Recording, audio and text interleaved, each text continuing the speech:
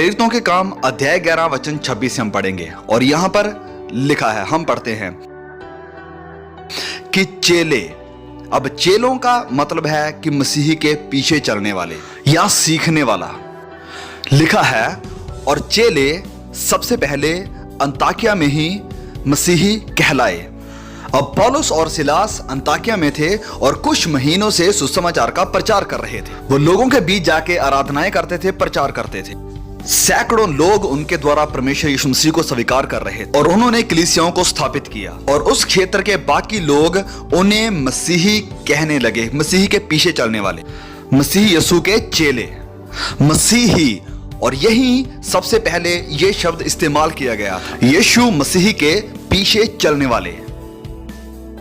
और आज रात जिस विषय पर मैं बात करने वाला हूं वो ये है कि हमें मसीही जीवन कैसे जीना चाहिए।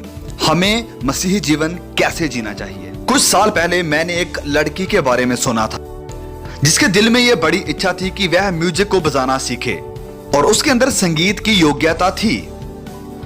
लेकिन 20 साल बाद उसके पड़ोसियों को उसके गीत को, संगीत को झेलना पड़ा। क्यों? क्योंकि उसने सारे संगीत को खराब कर दिया था। अब असल में हुआ क्या था, उसने अपनी 5 उंगलों से अभ्यास करके कभी भी संघर्ष नहीं किया और ना म्यूजिक सीख पाई। उसने संगीत सीखने को नजरअंदाज कर दिया था।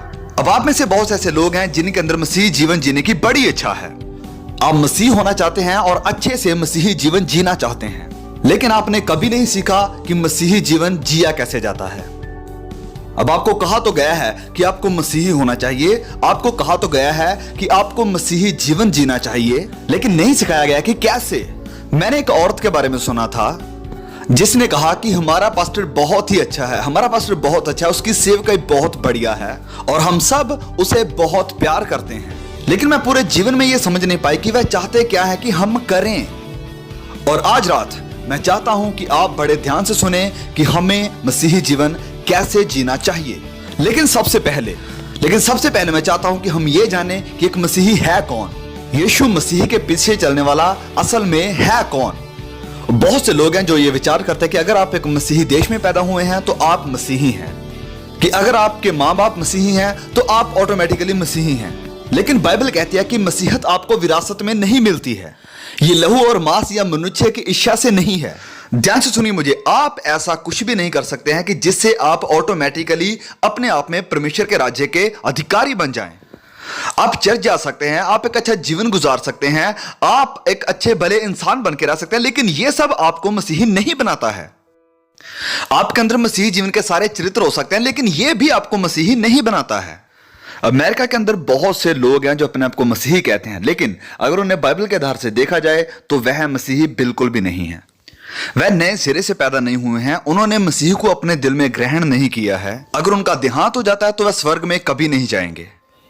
अब मसीही वो है जो व्यक्तिगत रूप में प्रभु यीशु को जानता है और उसके साथ उसका संबंध है।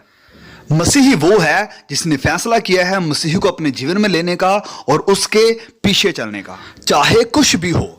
आपने उसे स्वीकार किया है, आपने अपना जीवन उसे समर्पित कर दिया है। अब सबसे पहली बात कि मसीह वो है जिसने चुनाव किया है, फैसला किया है। आपने फैसला किया है जीवित खुदा को अपने जीवन में लेने का।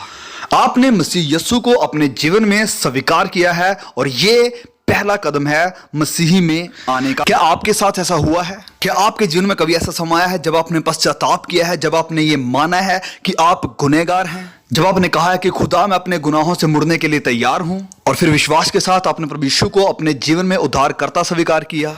और ये है स्टार्टिंग पॉइंट। बहुत से लोग हैं जो मसीही जीवन जीने की कोशिश कर रहे हैं, लेकिन मसीह उनके दिल में नहीं है, क्योंकि मसीह वो है जिसके अंदर प्रभु यीशु मसीह वास करते हैं। जिस वक्त आप प्रभु यीशु मसीह को स्वीकार करते हैं उस समय आपको पवित्र आत्मा मिलता है जो आपको एक नया स्वभाव देता है, नया जीवन देता है, और फिर आपको मिलती है ताकत मसीही जीवन जीने के लिए। अब कोई भी मसीही जीवन नहीं जी सकता है जब तक वह क्रूस के पास नहीं आया है और प्रभु यीशु को स्वीकार नहीं किया है। मसीही सलीब पर हमारे लिए बलिदान हुआ, उसने अपना लहू हमारी खातिर दिया, और अब आपको आना है और उस लहू को, यीशु मसीह को स्वीकार करना अपने जीवन में। और अपनी इच्छा से कहना है कि हाँ, मैं अपनी इच्छा से यीशु मसीह को स्वीकार करूंगा, मैं अपना जीवन यीशु मसीह को दूंगा। और फिर इसके बाद कुछ और होना आपके जीवन में बहुत जरूरी है, और वो दूसरी बात है कि आपके जीवन में बदलाव आ जाएगा। बाइबल बताती है कि पुरानी बातें जाती रही, देखो सब नई हो गई हैं। एक बदलाव आपके जीवन में आना बहुत जरूरी है। आपके व्यवहार में बदलाव, परमेश्वर के प्रति आपके व्यवहार में बदलाव। सबसे ज्यादा आप परमेश्वर से प्यार करेंगे, पहला स्थान आप परमेश्वर को देंगे अपने जिंदगी के फैसलों में और चुनाव में।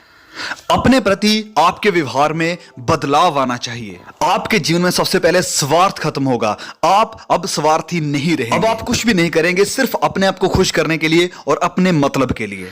अपने पड़ोसी के प्रति आपके व्यवहार में बदलाव आना चाहिए।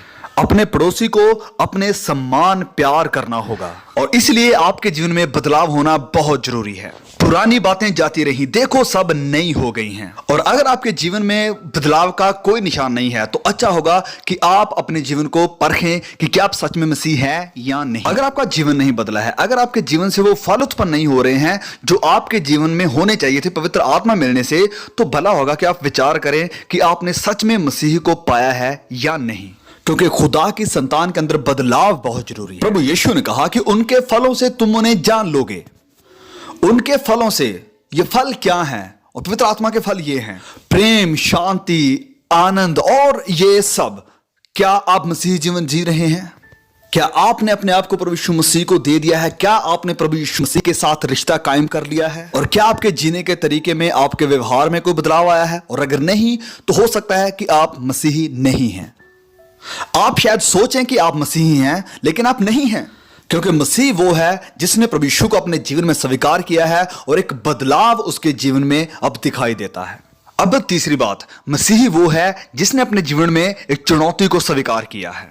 चुनौती प्रभु यीशु मसीह की, क्योंकि यीशु मसीह ने कहा कि जो कोई मेरे पीछे होना चाहता है वह अपने आप का इनकार करे, अपनी सलीब उठाए और मेरे पीछे हो ले। प्रभु यीशु कहते हैं कि अगर आप मेरी चुनौती स्वीकार करने और मेरे लिए जीने के लिए तैयार नहीं हैं, तो आप मेरे चेले नहीं हो सकते हैं।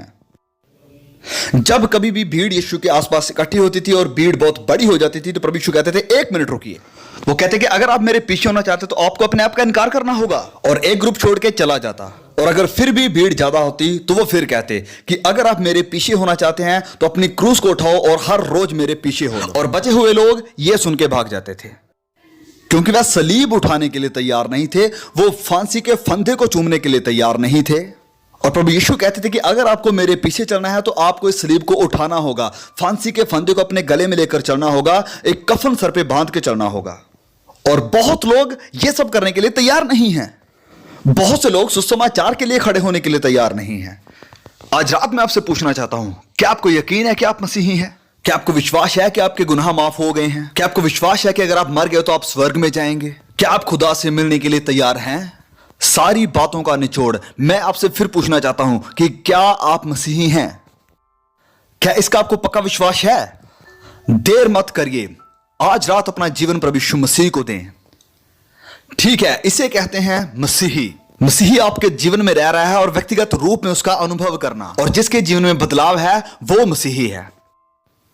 लेकिन मसीही जीवन कैसे जीना चाहिए, यह एक दूसरी बात है। मसीही जीवन कैसे जीना चाहिए, तो सुनिए मुझे। बाइबल कहती है कि जब आप यीशु मसीह को स्वीकार करते हैं तो आपकी उसके साथ शादी हो जाती है। वह दुल्हा है और हम उसकी दुल्हन हैं, और फिर शुरू होते हैं वह साल जब हम उसके लिए जीते हैं और उसके पीछे चलना शुरू करते हैं। और अगर आप बढ़ना चाहते हैं तो आपको कुछ आज्ञाओं का पालन करना होगा। मसीही में बढ़ने के लिए आप एक बच्चे की तरह बढ़ते हैं। बाइबल कहती है कि जब आप मसीह को स्वीकार करते हैं तो आप बिल्कुल एक बच्चे की तरह होते हैं। आप बिल्कुल एक बच्चे की तरह होते हैं, आप पले बड़े मसीही नहीं होते हैं। जब आप चर्च में जाते हैं मसीह को स्वीकार करने के बाद, तो हो सकता है कि कुछ विश्वासी वहां कहें कि पता नहीं यह बंदा लगातार आएगा भी कि नहीं। ऐसा बिल्कुल ना करें। आप नए विश्वासियों का स्वागत करें, उन्हें प्यार करें, उन्हें खुश करें, उनकी मदद करें कि वह और भी आगे बढ़े। जब मेरे छोटे बच्चे ने सबसे पहला शब्द मुंह से निकाला तो उसने कहा डै डै। उसने बिल्कुल ऐसे ही कहा था। मैं बिल्कुल उसके पास ही था जब उसने ये शब्द कहा था, डै डै। हमारी खुशी का कोई ठिकाना नहीं था। उसने बोलना सीख लिया था, डैड डैड। लेकिन मान लीजिए कि 20 साल बाद वह मेरे पास आता है और कहता है डैड डैड। इसका मतलब होगा कि कुछ गलत है। लेकिन आप में से बहुत लोग बिल्कुल ऐसे ही हैं। आप बिल्कुल भी बड़े नहीं हुए हैं, 20 साल मसीह होने के बावजूद भी आप फिर भी कहते हैं डैड डैड। आप रुक गए हैं, आप आगे नहीं बढ़े हैं। आप प्रार्थना सभा के लिए जाते हैं और सेवक कहता है कि आप एक एक वचन बोलें जो आपने याद किया है। कोई बोल देता है यूहन्ना 3:16 और आप कहते हैं ओ उसने मेरा वचन ले लिया, चुरा लिया। आपको सिर्फ वही आता था, आपने बाइबल को नहीं सीखा है। और अगर कोई कहता है कि आप दुआ करो तो आप कहते हैं ओ मुझे माफ करना, मुझे दुआ नहीं आती, मैं दुआ नहीं कर सकता। और फिर आप मसीह होने का दावा करते हैं। मसीह जीवन एक बढ़ोतरी का जीवन है। हम एक बच्चे के रूप में शुरू करते हैं और परमेश्वर के ज्ञान और बुद्धि में बढ़ते चले जाते हैं। अब कुछ जरूरी नियम। सबसे पहला नियम है प्रार्थना। हर रोज हमें प्रार्थना में समय बिताना चाहिए। चेले प्रभु यीशु के पास आए और कहा कि प्रभु हमें प्रार्थना करना सिखाओ। आपको चलना सीखना होता है, आपको साइकिल चलाना सीखना पड़ता है, घुड़सवारी भी आपको सीखनी पड़ती है, ऐसे ही दुआ भी आपको सीखनी पड़ेगी। बिल्कुल ऐसे ही आप दुआ करना भी सीखते हैं। प्रभु हमें प्रार्थना करना सिखाओ। याद रखें कि यह मसीह जीवन आपको अकेले जीने की जरूरत नहीं है। पवित्र आत्मा आपके साथ रहता है। जैसे मैंने पहले भी बताया था कि जब आप प्रभु यीशु मसीह को ग्रहण करते हैं तो पवित्र आत्मा आपके अंदर आता है, वो आपको बल देता है, तसल्ली देता है कि आप मसीही जीवन जी सकें। अभी पवित्र आत्मा आपकी दुआओं में भी आपकी मदद करता है। पवित्र वचन कहता है कि इस रीति से आत्मा भी हमारी दुर्बलता में सहायता करता है, क्योंकि हम नहीं जानते कि प्रार्थना किस रीति से करना चाहिए, परंतु आत्मा आप ही ऐसी आहें भर भर कर जो बयान से बाहर है हमारे लिए विनती करता है। पवित्र आत्मा प्रार्थना में हमारी मदद करता है। बहुत से ऐसे लोग हैं जो कहते हैं कि प्रार्थना करने के लिए मेरा मन नहीं करता है, जब कभी मेरा मन करता है मैं तब प्रार्थना करता हूं। लेकिन आप गलत हैं। आपके पास खास जगह होनी चाहिए और खास वक्त होना चाहिए हर रोज प्रार्थना करने के लिए। और फिर दूसरी बात, वचन को पढ़ते रहें। अब पवित्र बाइबल का मकसद है प्रभु यीशु की गवाही देना। पवित्र बाइबल उत्पत्ति से लेकर प्रकाशित वाक्य तक प्रभु यीशु की तरफ ही इशारा करती है। अय्यूब कहता है कि मैंने उसके वचन अपनी इच्छा से कहीं अधिक काम के जानकर सुरक्षित रखे हैं। अब बाइबल कहती है कि हम सिर्फ शारीरिक तौर पर ही पलते बढ़ते नहीं है, हमारे अंदर एक आत्मा है। शारीरिक तौर पर हमारे पास आंखें हैं, हाथ हैं, कान हैं, नाक हैं, पैर हैं, लेकिन आपके अंदर रह रही आपकी शख्सियत है, आपकी आत्मा, आपकी जान और आपकी याददाश्त। आपकी शख्सियत वह आपकी आत्मा है, आपकी जान है। अब अगर आप अपना सारा समय अपनी शारीरिक बढ़ोतरी के लिए ही गुजार दें, आपको देखकर लगता है कि आप बहुत अच्छा खाना खाकर आए हैं, आप आज खाना खाना नहीं भूले हैं, आप अपने आप को संवारना या अपने शीशे को देखना नहीं भूले हैं, आप अपने शरीर की देखभाल करते हैं, लेकिन आपकी आत्मिक जरूरतों का क्या? आपने अपनी सारी शारीरिक जरूरतों को पूरा किया है लेकिन आत्मा के लिए कुछ नहीं।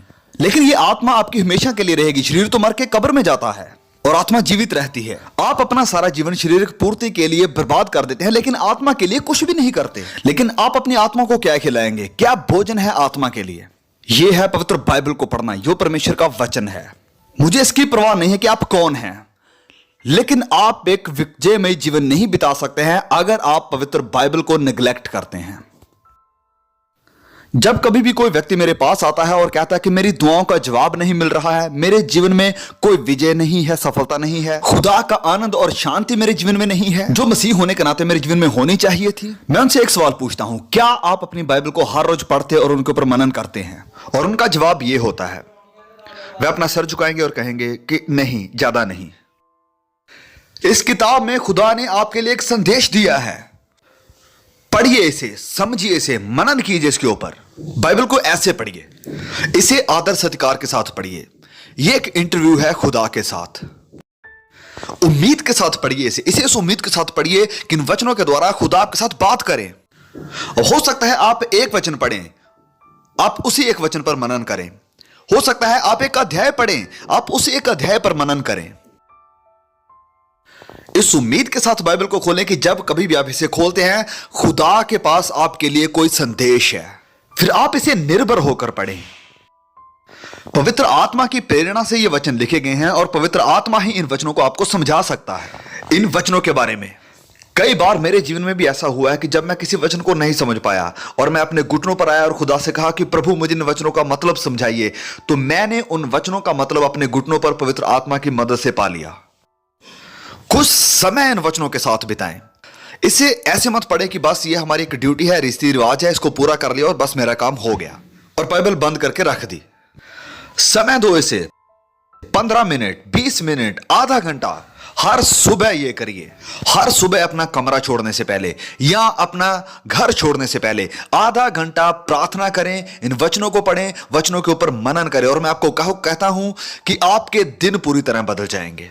आपके जीवन में आनंद होगा, आपके जीवन में खुशी होगी, आपके चेहरे पर एक स्माइल होगी, आपका पूरा जीवन बदल जाएगा, आपका व्यवहार बदल जाएगा अगर आप इस आदत को डाल लेते हैं कि हर सुबह आप वचनों को पढ़ें और प्रार्थना करें।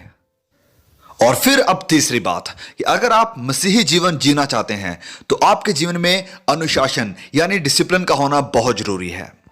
मसीही जीवन एक अनुशासन का जीवन है। मसीही जीवन त्याग का और मुश्किलों का जीवन है। प्रभु यीशु ने कहा कि सकरा है वह मार्ग जो जीवन को पहुंचाता है। बाइबल हमें बताती है कि मसीही एक सिपाही है जिसे बहुत सारी मुश्किलों का सामना करना पड़ेगा। अच्छे सिपाही की नाई मेरे साथ दुख उठा, पौलुस ने तिमोथियस से कहा था। हमें अपने दिमाग को डिसिप्लिन करना पड़ेगा। जो चीजें हम पढ़ते हैं, जो चीजें हम सोचते हैं, हमें हर तरह के बुरे ख्याल को अपने जीवन से जब भी आता है उसी वक्त निकालना है। हमारा दिमाग डिसिप्लिन होना चाहिए ताकि हम किसी बुरी बेकार चीजों को ना पढ़ें। दिमाग को डिसिप्लिन करना हमारे आत्मिक जीवन को बढ़ाएगा।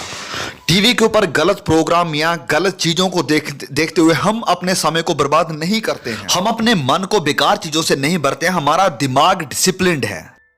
हमारी जुबान भी अनुशासन में है। हमारा समय अनुशासन में है। हम समय को लाभदायक बनाते हैं क्योंकि हम जानते हैं कि दिन बुरे हैं। ये जो वक्त परमेश्वर ने हमें दिया है, जो समय खुदा ने हमें दिया है, इस समय को हम बर्बाद नहीं कर सकते क्योंकि ये कभी वापस नहीं आएगा। ये समय लौटकर कभी वापस नहीं आएगा। यह समय मसीह को समर्पित होना चाहिए। मेरा जीवन अनुशासन में होना चाहिए। ओ देखिए हमारे जीने के तरीके में कितना कम अनुशासन है, कितना कम अनुशासन है हमारे मसीही अनुभव में और मसीही जीवन में। और यही कारण है कि हजारों मसीही आज असफल हैं क्योंकि हमारे जीवन में डिसिप्लिन नहीं है। अब चौथी और आखिरी बात कि एक मसीही का काम है कि वह यीशु मसीह का गवाह बने। अब आप गवाह कैसे बनते हैं? आपके जीने का तरीका भी एक गवाही है। मुस्कुराहट, प्यार, नम्रता और भलाई करके आप यीशु के गवाह बनते हैं। अगर आप एक बदलाव वाला जीवन जीते हैं जिसमें प्रभु यीशु मसीह आपके अंदर रहता है और प्रभु यीशु मसीह आपके जीवन के जरिए से लोगों को दिखाई देंगे और लोग आपकी तरफ आकर्षित होंगे और पूछेंगे कि इसका रहस्य क्या है, और आप कहेंगे कि मैं प्रभु यीशु को जानता हूं, और तब आपके पास अवसर होगा कि आप उन्हें प्रभु यीशु के बारे में बताएं। अपने घर में गवाह बने, अपने काम में गवाह बने। हम काम में आलसी होने के लिए बुलाए नहीं गए हैं। पवित्र आत्मा की प्रेरणा से हमें यीशु के गवाह बनना है और अपने काम करने के तरीके से अपनी गवाही को जाहिर करना है। अगर आप किसी फैक्ट्री में काम करते हैं तो इसे ईमानदारी से करें, जैसे कि आप खुदा के लिए काम कर रहे हैं। आप किसी कंपनी के लिए या किसी यूनियन के लिए काम नहीं करते हैं, वरन आप काम करते हैं खुदा के लिए। अगर आप कर्मचारी हैं तो आप मसीह के लिए काम करते हैं, उसी के प्रति आप जिम्मेदार हैं अगर आप एक सच्चे मसीही हैं। बाइबल बताती है कि मसीही लोग यहां पर सिर्फ मुसाफिर हैं, हम प्रभु यीशु के राजदूत हैं। पवित्र बाइबल हमें बताती है कि हम एक उसकी खास प्रजा हैं जो मसीह के लिए अलग किए गए हैं, और हमें चमकते हुए गवाह बनना है इस दुष्ट और बुरी जनरेशन में। अपने चारों तरफ हम देखते हैं झूठ, पाखंड और बेवफाई और लालसा। संसार में हर आदमी आज भौतिकवाद यानी मटीरियलिज्म की तरफ भाग रहा है। वो अपना जीवन प्रभु यीशु को दें और उसे अपने जीवन में रहने दें, और वो आपके जीवन से चमकेगा और आप उसके गवाह बनेंगे। अपने समाज में नमक बने, अपने समाज में रोशनी बने, ताकि लोग जान जाएं कि आप मसीह यस्सु के साथ खड़े हैं। एक साफ, पवित्र, भलाई और नम्रता वाला जीवन व्यतीत करें। आज रात मैं आपसे पूछना चाहता हूं, क्या आप मसीही हैं? क्या आप एक मसीह का जीवन जी रहे हैं? मैं ये नहीं पूछ रहा कि आपके ऊपर मसीह का प्रभाव है, मैं ये भी नहीं पूछ रहा कि आप किसी चर्च के मेंबर हैं या नहीं। मैं आज रात आपसे पूछ रहा हूं कि क्या आपने प्रभु यीशु मसीह को पहना है?